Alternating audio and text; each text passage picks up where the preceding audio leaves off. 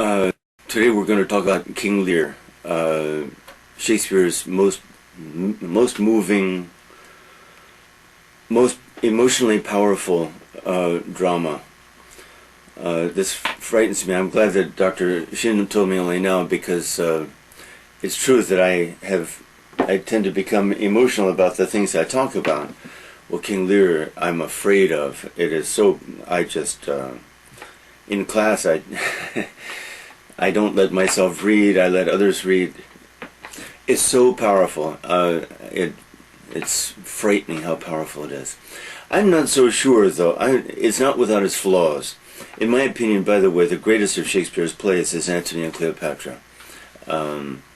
Lear, King Lear, for all its emotional, for its pathos, for its poignancy, Poign, for its deeply moving words and scenes, has some problems, and I'll try to bring that out in my opinion.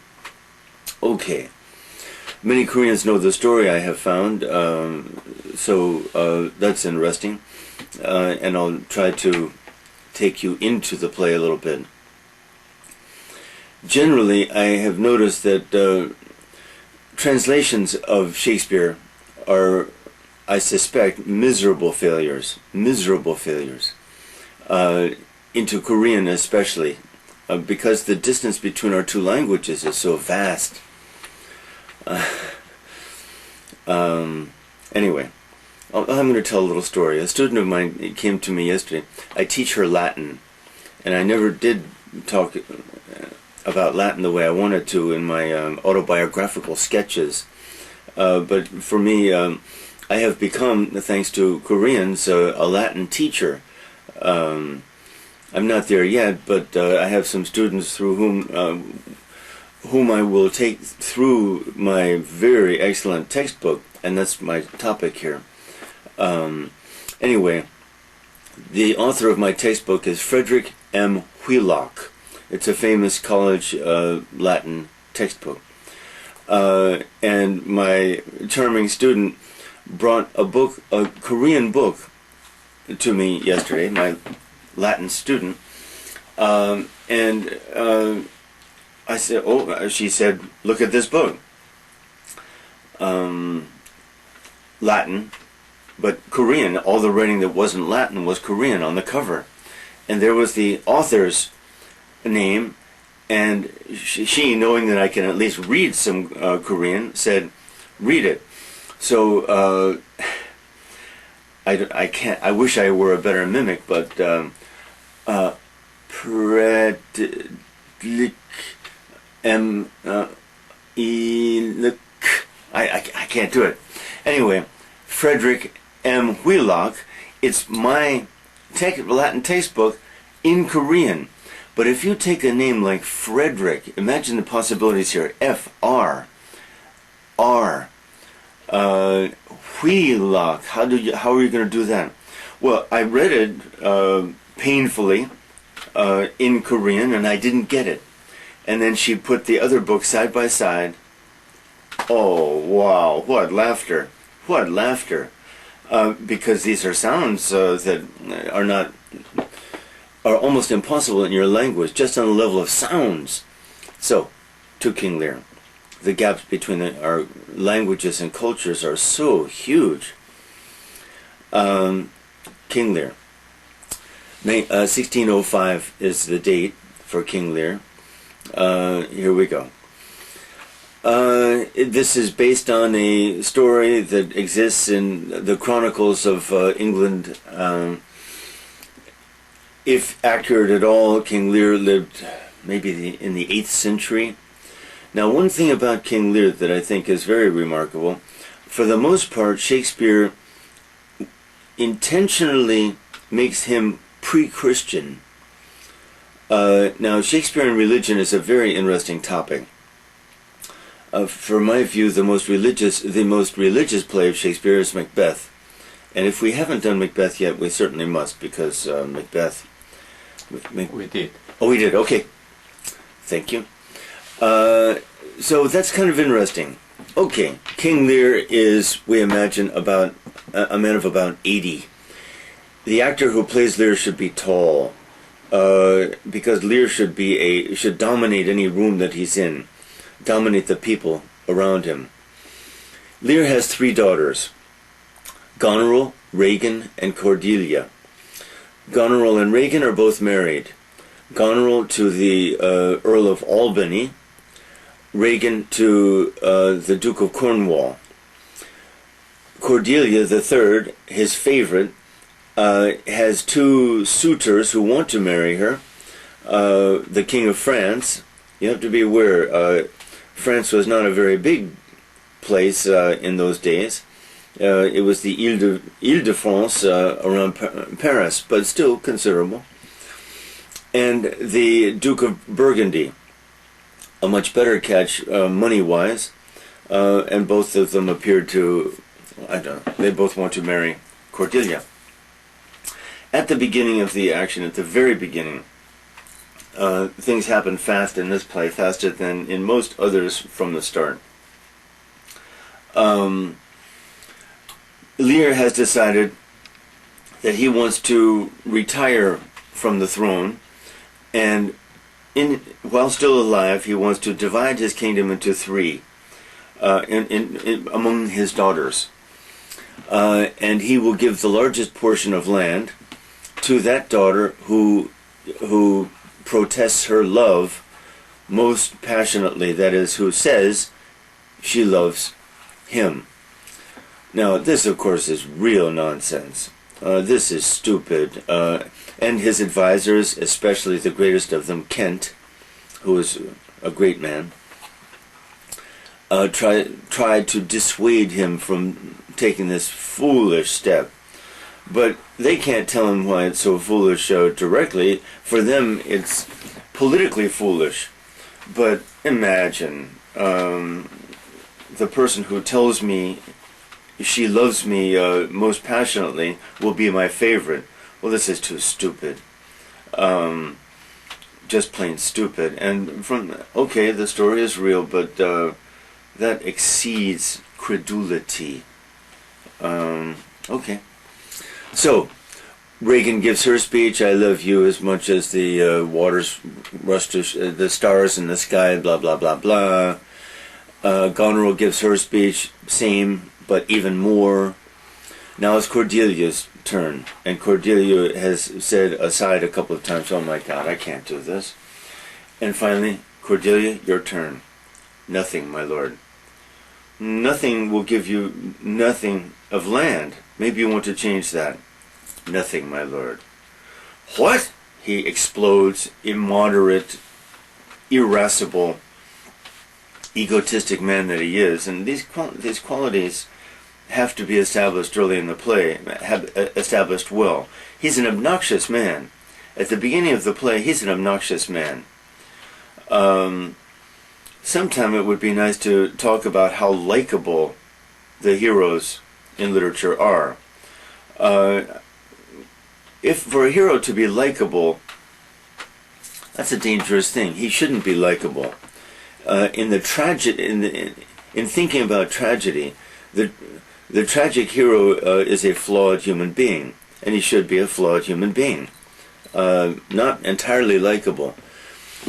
Mention of Macbeth before is interesting because, in his case, Shakespeare has to make him likable because he's doing monstrous things. But in the others, okay, Lear is a very flawed man. And he rants and raves about ingratitude. He will rant and rave about ingratitude for 3 acts. That's a little hard to take. And for us to feel sympathy for him, no, sorry. He's mistreated, he suffers, but what initiated this was his own folly, his own absurdity. That doesn't mean he deserves what happens to him, but it does mean that we can sympathize not very much with his ranting and raving. Okay, so you ingrate. He calls Burgundy and France into the room. Do you guys still want her portionless, meaning without any land? The King of France says, gee, I really like her, but no. Excuse me, Burgundy says, gee, I really like her, but no. Bye. Bye, Burgundy. France, you can have her. France says, I'll take her. Because France has heard what happened, and France admires her.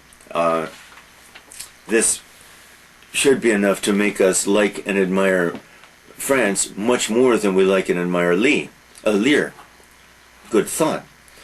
A good sense of justice, a good sense of values, a good judge of character is this King of France. So take her and go. So now the real action begins. Lear has signed a contract with his two daughters, Goneril and Regan, that he will divide his time between the two of them, staying 1 month with one of them, with his retinue. His retinue consists of 100 knights. So he's traveling around with his knights, and he wants to have a good old time, drink and laugh and reminisce, I suppose, with his buddies, sycophants all, I'm sure, SYCO, sycophants, and what he imagines, I don't know, but a life of ease and pleasure and enjoyment as he approaches death. Okay, well, things do not look very promising. Goneril and Regan are left on the stage, and they say that he did ever but slenderly know himself. I think an important line in Lear, if not in literature. He did ever but slenderly know himself. The man, after all, he's a man who is, quote, every inch a king, as we hear later. Well, but kings have limitations, of course. It's almost impossible for a king not to be an egomaniac. It's almost impossible for a king not to be consumed with vanity, satisfy every whim, when all the people around him are sycophants, not only kings but people in power. If people in power can be big enough to tolerate critics who really criticize them, who tell them they are being asses when they are being asses, this is a good measure of a person in power. But most people in power don't want to hear that, I'm pretty sure. So people in power are surrounded by flatterers, of course, who tell them that they are so witty and so intelligent and so astute and so perspicacious, insightful. Okay, Lear. I think, we now meet a fairly important character. Oh, back up.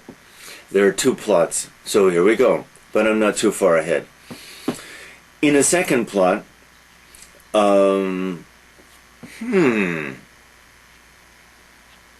sorry. I will now talk about Act 1, Scene 1. But it doesn't matter because the two plots run, how shall we say, concomitantly, hand in hand, kind of, work off of each other.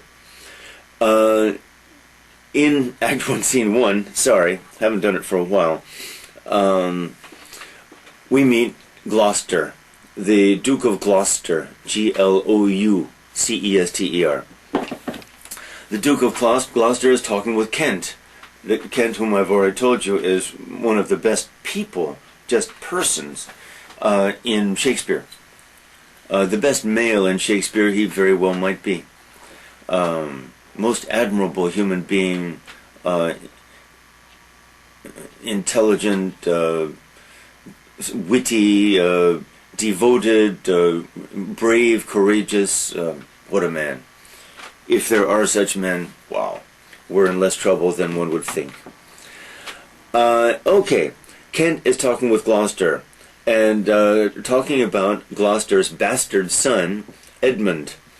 Edmund is a well-built, well-made, handsome young man, but Edmund has endured jokes about his being a bastard all his life. and now he has a military career, I think. And Gloucester is witty about the nights that he spent making Edmund were much more fun, he says, than the nights that he spent making Edgar, his legitimate son. Edgar is arguably the hero of the play. He is. The play is about Lear, is true, but Edgar is the hero in the more popular sense of the word, the good guy. Even Edgar is not as great as Kent, though. But anyway, so here's Gloucester telling jokes in the presence of his illegitimate son to Kent. I suppose trying to impress Kent with his wit. His manner is reprehensible. His manner is repulsive, is so insensitive, so smug, complacent, self-satisfied, so cute, so frivolous, especially right there in front of his son. It's important. Gloucester is as big a fool, almost, as Lear, but the stakes are not as big. And that's important. Again, there's this double plot. There's the Gloucester plot, and, of course, the Lear plot. So Kent is respectful and talks with, of course, Kent is the ultimate gentleman, real gentleman, man's man. A measure of Kent, by the way. In this play, a person's attitude toward Cordelia will tell us who that person is. Cordelia, whose name comes from the Latin cor cordis, meaning heart. All of Shakespeare's plays ultimately celebrate heart over head.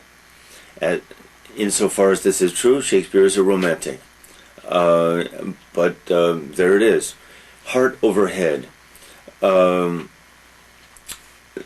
goodness of the heart is much more important and a much better guide in life than anything the head can do. And most human beings will admit this to be true. Though Lord knows the heart can get us in trouble too. Anyway, Kent, devoted follower of Cordelia. Whew, God, I'm in Act 1 and already I'm... Okay, so jokes, and then the stage is empty and we get Edmund. Edmund is a bad guy. He's not the bad guy, and frankly we feel more sympathy with him than we do with Iago, for example, because we've just seen his father, Edmund's father, in action. And that was humiliating. His making jokes to this other man at his expense, his own father, being cutely disparaging about his son. Okay. Edmund says, I may be a bastard, but I'm going to get somewhere in this world. He has a plan.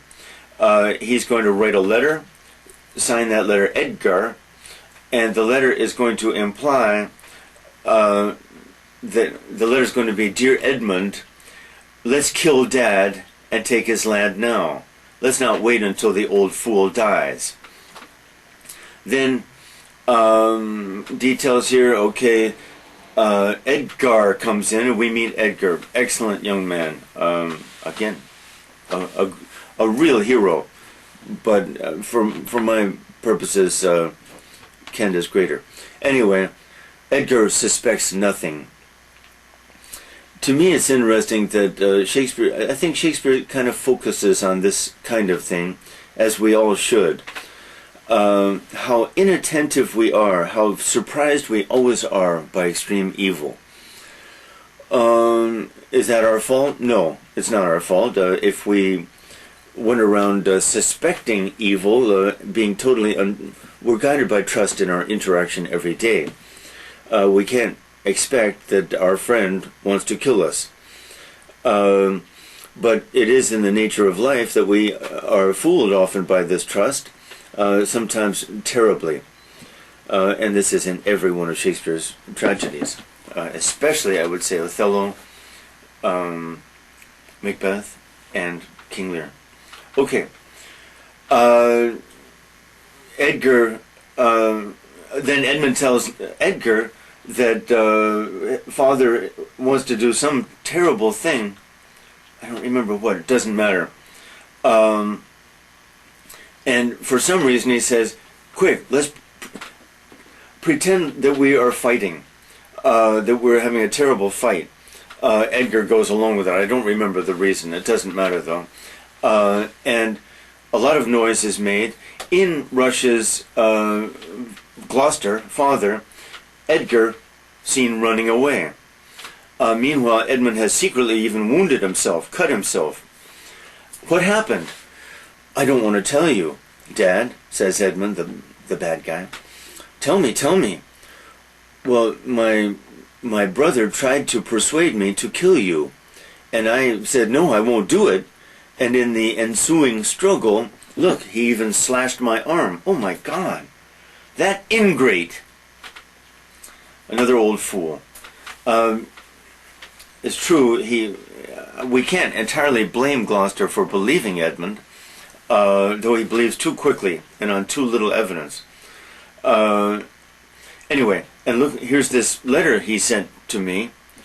Oh, send out people, try to find him and kill him. Oh, already that fast? Edgar, a great son, model son.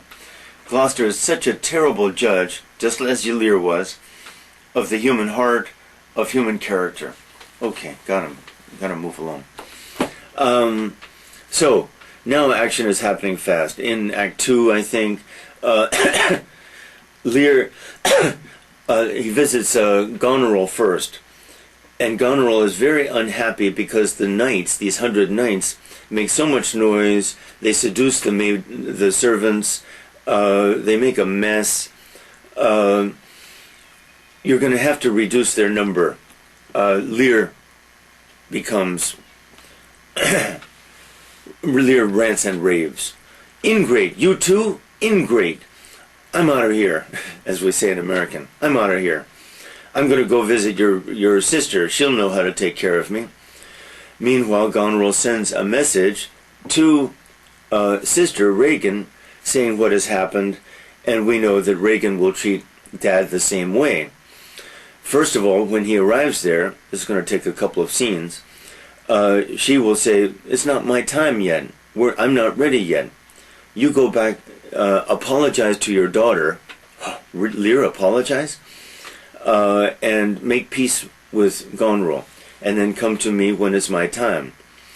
Meanwhile, as Lear's emotion, hysteria, rises and rises, as it does for the first 2 acts, to feverish pitch, we meet another character who's almost major, and that's Lear's fool. Lear's fool does tell Lear the truth. In the past, he's often been beaten for it, but that's what fools could do. Now, a fool was often regarded as, and apparently sometimes was, insane. The sanity of Lear's fool is a serious question. Now, very important. I guess of all the people devoted to Cordelia, the fool is number 1. They have spent a lot of time together. He worships her, I guess you could say. The fool. Wow. And this fool is constantly telling Lear what a fool he is. Constantly making jokes about how the bigger fool is the king. Lear hears these jokes and just kind of perfunctorily dismisses them. But as the jokes become more and more acerbic, more and more cutting, more and more true, we see that Lear is absorbing them, and it's having its impact. What a fool I was. What a fool. But I don't think he's quite ready to face his folly fully. Alliteration, face his folly fully. FFF. No, he's not. I'm not sure he is even at the end. And that's always interesting. Whether our tragic hero in Shakespeare is truly willing to regard himself as he really is? I would say the answer is no. And to my view, not that Shakespeare's opinion need be final, but to my view, if these men, from their experience, can't really fully face who they are and what they are, then no one can. And I take that to be true. We are so protected by our vanity. We are so protected by our desire to think well of ourselves. No wonder contrition is a miracle when it happens. Contrition, that is true guilt, which is given by grace in Protestantism and even in Catholicism. Contrition is a miracle. And one could honestly say it doesn't happen. And I suspect it doesn't happen. If we're ever contrite, it's for a split second, but immediately our vanity will rescue us from thinking ill of ourselves. This is basic Protestant thinking. This is Luther, I would say. Okay. So, back to our plot here. Things are going fast. Now, somehow, Lear and his followers have... Lear went to see Regan, but Regan and Cornwall, her husband, are at Gloucester's castle. Now, everyone's going to be at Gloucester's castle for the next... until Act 5, late 4. And that's kind of important, because we have the Gloucester plot in which Edmund now has been elevated to the level of a hero by Dad. Edgar is on the run, hiding outside in the rough weather, in the stormy, terrible weather, disguised as a beggar, disguised as the lowest of beggars. And Lear comes, demands protection and support from Regan, and is told by Regan, sorry, as I said. So Lear now starts to go a little crazy. Let's see now.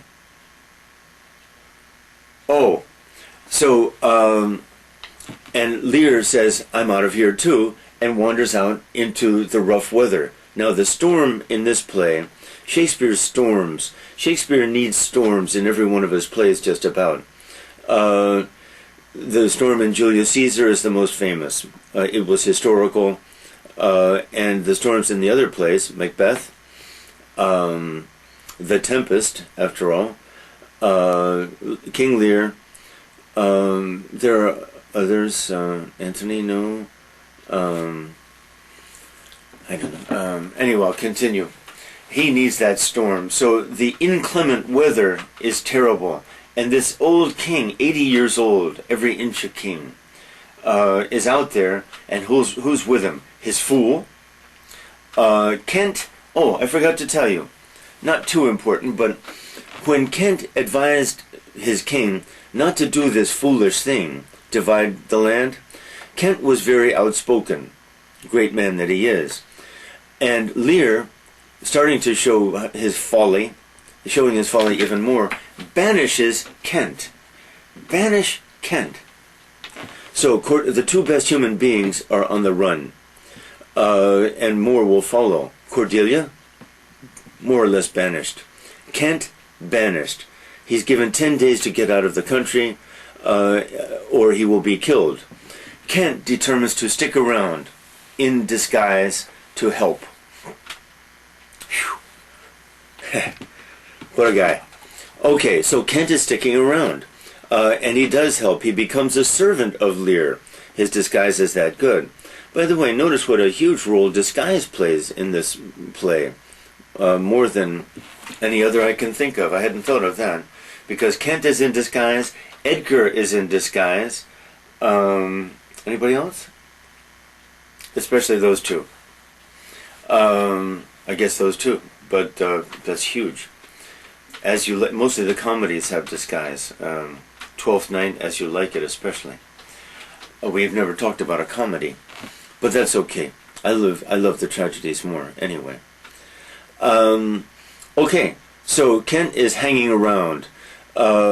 Kent joins Lear out on the moor. A moor is a flat, desolate area, England and Scotland especially, other places no doubt too, but it's, the wind, when there's a wind, just howls straight across that plain, terribly.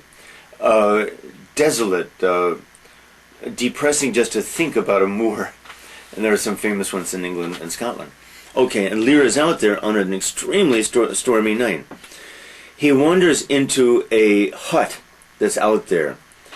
He and the fool. In the hut already is Edgar. And Edgar, disguised as a beggar, the lowest of beggars. His clothes disgusting.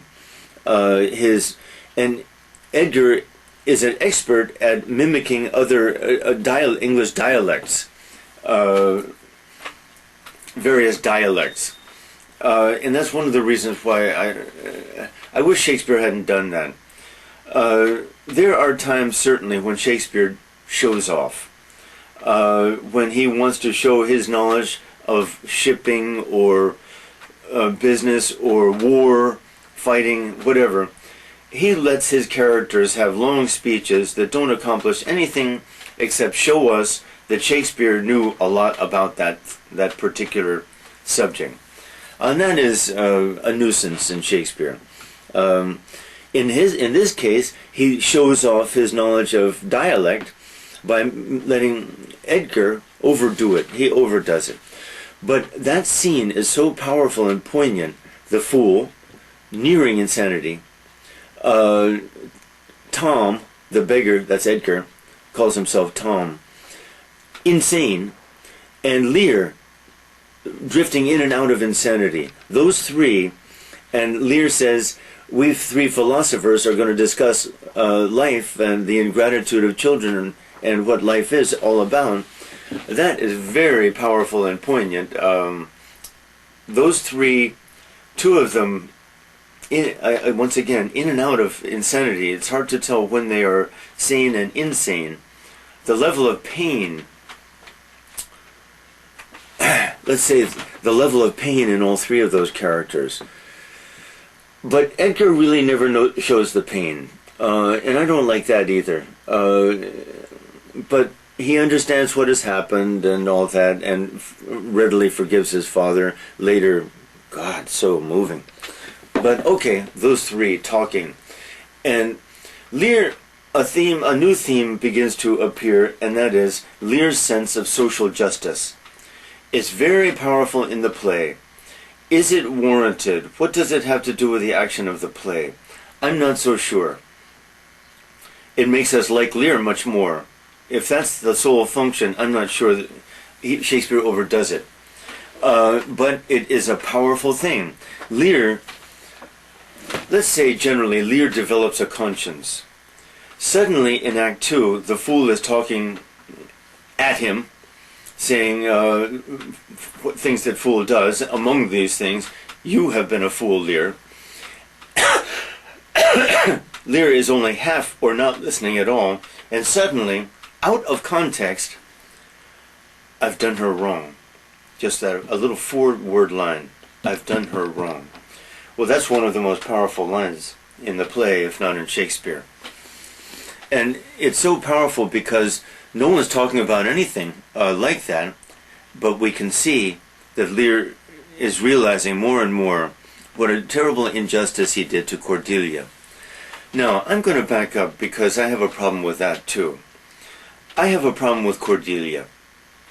Cordelia is a Christ figure, but this nothing, my lord, I'm not so sure I admire that. I admire her obstinacy, because it is obstinate. Now, Cordelia is famous for, among other things, whenever she's near Lear, she becomes very terse, very taciturn, but that's not quite my word.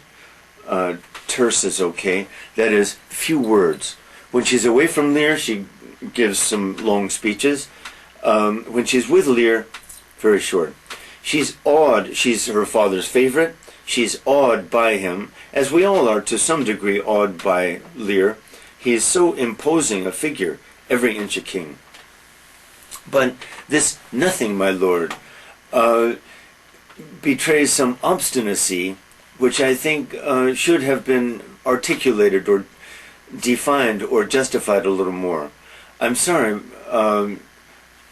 Dad, but to judge us, to judge our hearts by our words, is pretty foolish, isn't it? Or something. So her obstinacy is not entirely admirable, I think. She's setting her will up against Dad in his folly, as well she should, but with a little more patience, a little more, I don't know, love. But okay. We're back in that hut. Lear's development of a conscience. His social conscience is the big idea here. And he says again and again, I have been so negligent in these matters. The rich man and the poor man, the gap between the rich and the poor is unacceptable. I have not done enough for the poor. I have not done anything maybe for the poor. I have not done enough to try to improve the justice system. The rich never punished. The poor over-punished. The disparities in justice, in wealth, in suffering, all unacceptable. This theme then of Lear and social justice, one wonders where Shakespeare is, but again, as I have said before, anyone who tries to determine what Shakespeare believed about anything is engaged in a futile pursuit. And if you or I think I have found what Shakespeare thought, we are fools. No, Shakespeare's a dramatist. Must he have felt some of these things? Sure. But he felt through his characters. He put words in the mouths of his characters that he wanted to for dramatic purposes, and so forth. But it's a very daring matter, this social justice theme, and all of this in the king. You can't criticize what a king says, after all. And it doubles up, is doubly effective because this is the development of Lear's conscience. And as Lear develops a conscience, of course, he becomes more human and more respectable, more lovable, more the tragic hero. And Lear has been called the great tragic hero. It's not true. It's certainly not true, in my opinion. But, okay, moving on. Meanwhile, there's a political theme, because France, because of Cordelia, is re-entering England and bringing an army. He sees that England is now in social chaos, and so he's going to come over, and his daughter is glad because his daughter has heard the terrible things that are happening to Dad. By the way, back in Gloucester's castle, things start to become very powerful now. Until now, nothing. But the power from Act 3 on, the emotional intensity, is unequaled in anything in literature. Nothing can come close. So, oh God, I'm going to try not to be so lachrymose, L-A-C-H-R-Y, tearful. But it is powerful. Anyone who tells the story, I defy anyone to tell the story dry-eyed and without emotion. If he does, he hasn't read it. He's read it in Korean. Read it in Korean and you can do that. Read it in Shakespeare's language and oh boy. Okay, so Gloucester tries to help Lear. Gloucester takes a stand and remains loyal to Lear. He's respectful toward Regan and Cornwall, but he tries to help Lear. This infuriates Regan and Cornwall, and so they, with their servants, tie poor Gloucester up. Gloucester is becoming a human being. And Gloucester answers respectfully, but he says, yes, I tried to help the king. He's my king. Cornwall outraged by this and even kicks Gloucester in one eye, gouging the eye out right there. An old servant, this is one of the great moments. The play is full of great moments, it must be admitted. But there are these moments in Shakespeare when anonymous minor characters become giants. This is one of those moments. An anonymous servant of Cornwall, Cornwall says, "Here, hold him, I want to get the other eye." "Sire, don't do this. I have been your servant for 30 years, so he's an older man. But don't do this. This is terrible, to do this to this old man, because Gloucester's old. Lear's old."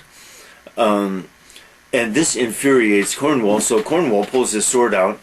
The servant defends himself.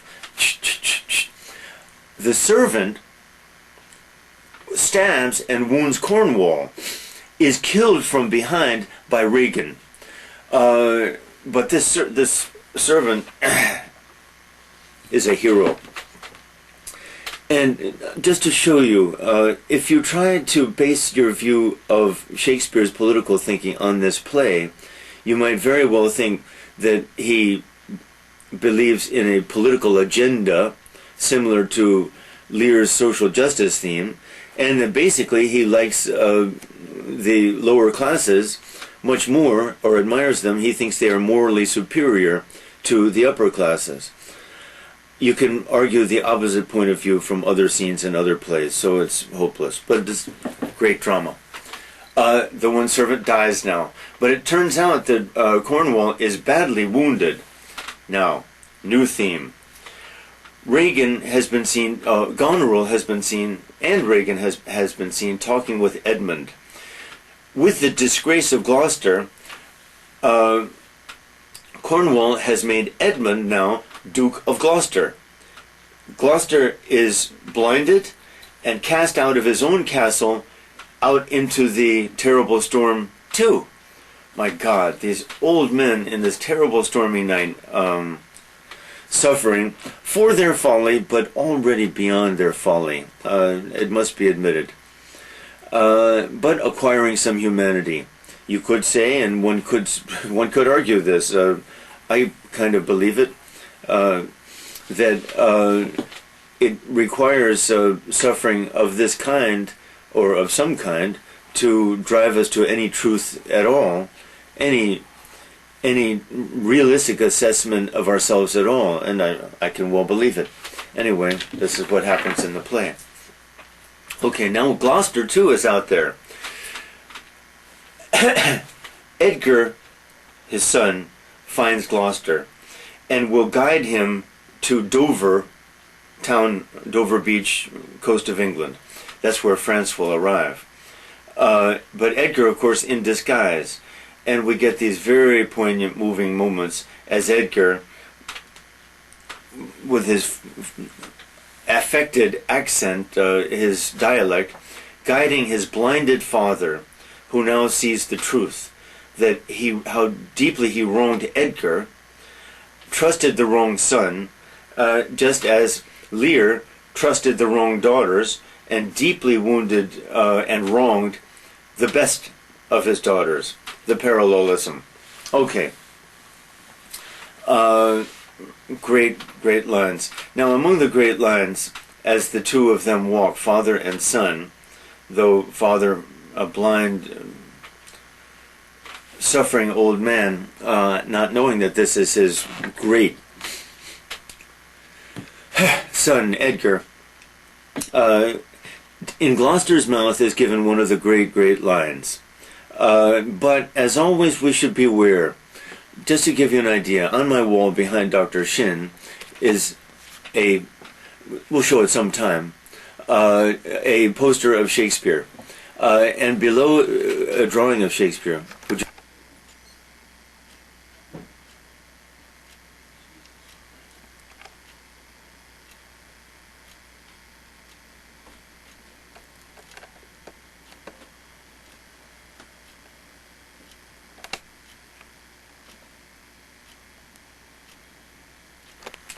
okay. Dr. Shin has shown you this poster that stares me in the face every day, which gives me joy, actually. But the line under it, "To thine own self be true," that's one of those Shakespearean cliches. That is, it has been taken up and embraced by the popular public, kind of like "To be or not to be," and maybe there are others. It's spoken in Hamlet by Polonius, and Polonius is kind of a fool. He is a fool.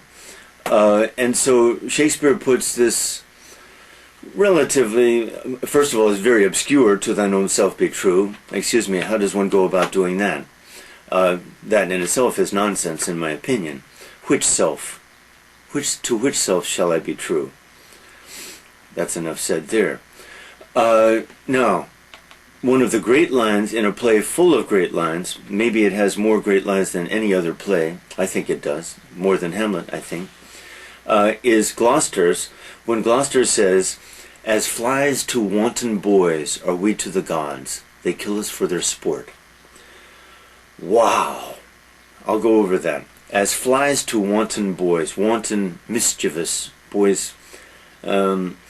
This is boys playing with flies, catching them, letting them go, killing them, snatching them out of the air, hitting them with their shoe.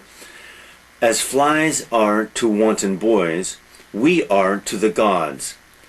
So we're the flies, the gods are the mischievous boys. They kill us for their sport. Okay, great line, and rightfully so.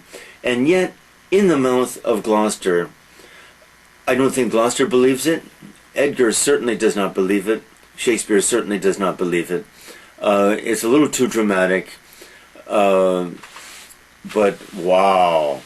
If one becomes an atheist, which in my opinion I never said, but atheism is an absolutely absurd stance. It too is based on faith, of course. The atheist can't prove anything either. It's a nonsensical position to take, in my opinion. Agnostic, one can and should be to some degree. But anyway, great lines just flowing. And then the most moving scene of all, in that plot, they come to the cliffs of Dover, the white cliffs of Dover, and we can hear the water hitting the shore down below cliff, I don't know, 40 meters, let's say, 50 meters high. And Gloucester announces that he wants this servant to take him to the edge so that he can jump and kill himself. Now, he doesn't say that. "Please just take me to the edge and then leave me." "Okay," says Edgar, having, of course, no intention of doing so. Edgar gives a famous speech about, "Yes, I can see down below there, people look like ants. Way down, I see a boat, a fisherman, blah, blah, blah. Now leave me." "Okay." And Gloucester gives a moving, short speech about praying to the gods, by the way. Always the gods. I mentioned this religion thing. I'm not going to cover it very well, but always the gods. Now, I have 5 minutes, so I must finish this play. Where are we going? The two sisters, Regan and Goneril, both love Edmund. Edmund will...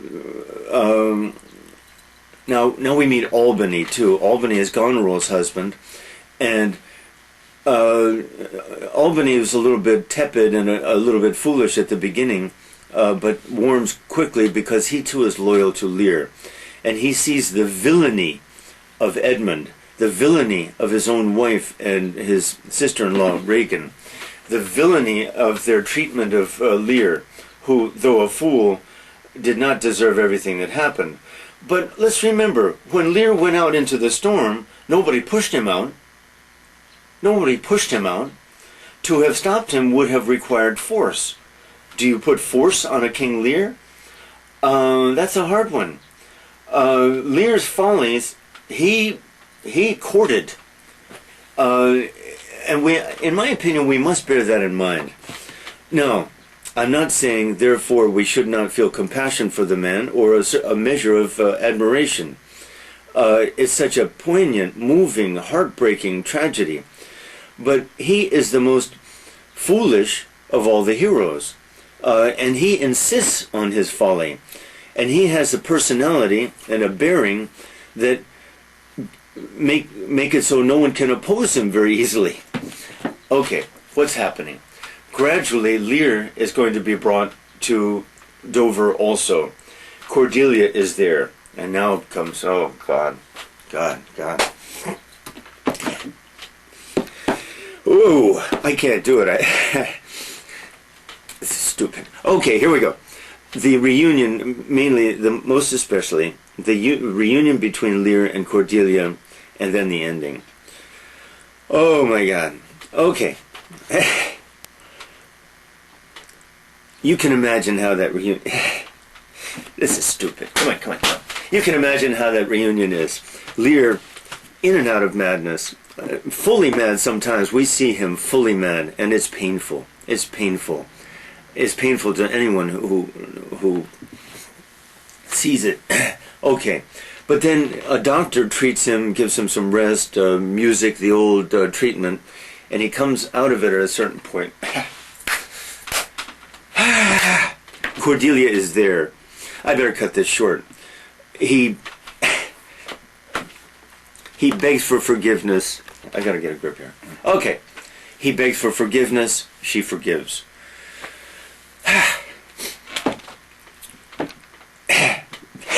That scene and the final scene are the most moving in literature. Nothing comes close. Nothing comes close. I've read it 50 times. Well, maybe not 50, but 25 times. I collapse every time. Even now, telling the story. God. Okay. Now, meanwhile, other things that happen. Edmund is arrested almost by Albany, is revealed because they read letters exchanged between Edmund and Goneril, and Edmund and Regan too. Quickly, Regan poisons Goneril, but then Regan commits suicide. For the love of Edmund, the rivalry between the sisters is the most interesting thing there, but it's minor, really, in the play. But both of them are so determined that the other will not have that fine young man, that handsome hunk, Edmund. Albany labels Edmund a traitor. Edmund will defend himself, but we need a champion. Out of nowhere comes Edgar with his visor down. Edgar, the brother, will defend Albany's claim that Edmund is a traitor. And by the rules then, God will determine who wins. The winner was right. Edgar kills Edmund. When Edmund is dying, he says he feels some goodness. He wants to do something good. And he says, quick, I've sent a captain with instructions to kill Lear, or kill Cordelia. To kill Cordelia. Quick, run fast, maybe you can stop him. Enter Lear for the final moment. So stupid. Okay, Lear carrying Cordelia's dead body. Oh my God. The captain did kill Cordelia. Lear killed the captain. Okay, I can't do this, so just Lear dies. Of what? I guess of exhaustion, let's say, and I guess madness, a broken heart. The lines surrounding his death are so moving, it's just overwhelming. Okay, is that all? Is that everything? Okay, the fool has disappeared mysteriously. He's moving too, but is he dead? We don't know, because Lear says mysteriously, and my poor fool is dead too. But he's carrying Cordelia at that time, and not two, I'm sorry. And is the fool Cordelia? Or is the fool the fool? We don't know. They have kind of merged into one figure, the fool, so talkative and outspoken, and Cordelia so silent. Both of them kind of Christ-like. So at the end of the play we have Edgar and Albany and Kent. None of them wants to rule the king. None of them wants to rule the kingdom. The kingdom is in chaos. But there's the end of the play. Sorry. The end.